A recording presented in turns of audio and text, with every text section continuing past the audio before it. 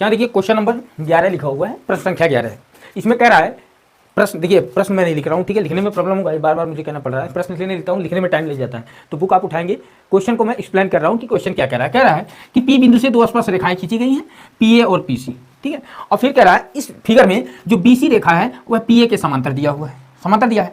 अब कह रहा है ये समांतर है, और फिर ये कोण दिया है 30 अंश, तो कह रहा है इस कोण को आपको बताना है कितना होगा। तो चलते हैं इसको डायग्राम को अलग अलग करके समझते हैं, इसी में से डायग्राम को निकालते हैं।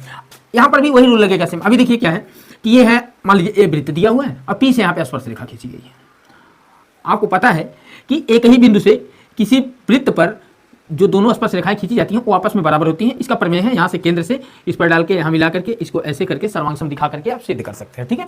तो ये स्पर्श रेखाएं बराबर होंगी, स्पर्श रेखाएं जब बराबर होंगी तो लाइट देखिए चला गया, ठीक है, लाइट चला जा रहा है। चलिए थोड़ा सा लाइट हुआ, दिख रहा होगा संभवत, आ गई, फिर कट जा रहा है, प्रॉब्लम हो जा रहा है, लाइट के कटने से दिक्कत हो रहा है। अभी देखिए तो ये दोनों बराबर होंगी, तो अगर इसको हम मिला दें तो ये जो भुजाएं बराबर हैं, तो इसका मतलब इसके सामने के कोण दोनों क्या हो जाएंगे, बराबर हो जाएंगे। और यहाँ का मान दिया है 30, तो अगर इसको x माने तो ये भी x प्लस 30 बराबर कितना हो गया 180। तो 180 में से 30 घटाएंगे कितना बचेगा 150। इसका मतलब ये बच जाएगा 75 इधर हो जाएगा और 75 इधर हो जाएगा। इतना काम तो समझ में आया, 75 हो जाएगा।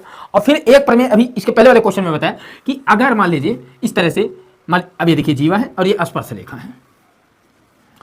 अब एकांतर खंड में बना कोण, इसके द्वारा इधर जो कोण बनेगा देखिएगा ध्यान से, इधर इस कोण के बराबर होगा। यानी अगर ये 75 है तो ये जैसे ही आगे जाएगा यहाँ पे मिलाएंगे तो ये कोण भी कितना हो जाएगा 75 अंश। ये समझ में आ गया होगा, ठीक है, संभवत है। और हमको इसका मान निकालना है, जबकि ये BC है। क्लियर हो गया होगा। अब फिर देखेंगे कि अभी जो रेखा BC दिख रही है, ये BC रेखा दिख रहा है ना, BC ऐसे BC है, वो समांतर है PA के, ऐसे करके है, ऐसे ऐसे। अब देखिएगा BA है और ये P है। अब बताइए जब BC PA के समांतर एक ही और के अंतःकोण का योग कितना हो जाएगा 180 हो जाएगा। और यहाँ पे देख रहे हैं कि ये ऐसे गया, यहीं पे एक रेखा ऐसे AC निकला हुआ है, आगे जाकर के देखिए C से जाके मिला हुआ।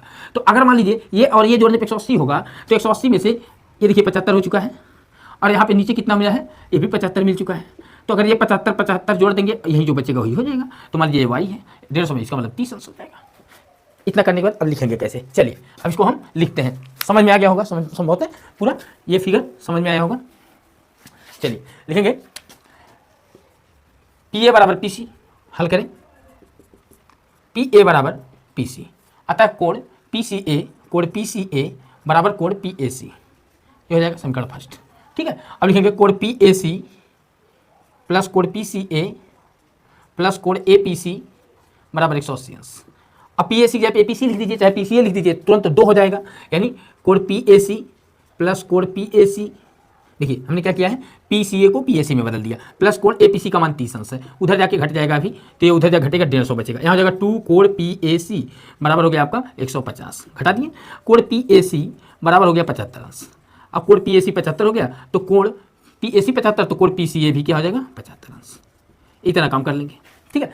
अब चलेंगे कोण PAC बराबर, लिखेंगे कोण PAC बराबर कोण ABC बराबर 75 अंश, एकांतर खंड में बना कोण,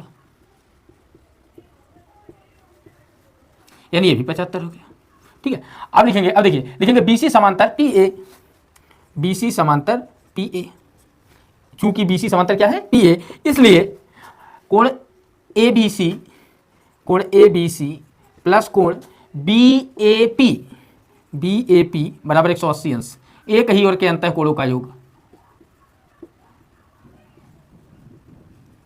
अंतःकोणों का योग 180 अंश होता है, समांतर रेखा के एक ही और के अंतर। अब ABC का मान हमको मिल चुका है 75, तो यहाँ 75 रख देंगे।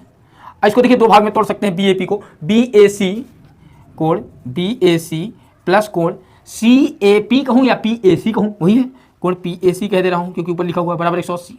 अब मान रख दें, ये 75 हो गया। अब BAC का मान कितना है हमारे पास, BAC देखिए BAC निकालना हमको, PAC हमारे पास है ऑलरेडी, PAC का मान निकल चुका है, देखिए 75 से भी रख दीजिए, ये 75 और ये 75 रख दें, तो 75 प्लस कोण BAC प्लस 75 बराबर 180 अंश। आगे चलते हैं, इधर कैलकुलेट कर लेते हैं। अब देखिए 75 150 जाके उधर घट जाएगा, तो कोण BAC बराबर 180 माइनस 150 हो जाएगा, बच जाएगा आपका 30 अंश। आंसर हो गया, ठीक है। तो ये रहा सॉल्यूशन क्वेश्चन नंबर 11 का। तो इस क्वेश्चन को भी आप कॉपी कर लेंगे, नहीं समझ में आया होगा तो कमेंट बॉक्स में कमेंट कर देंगे, ठीक है। दोबारा मैं बना दूंगा इस पर।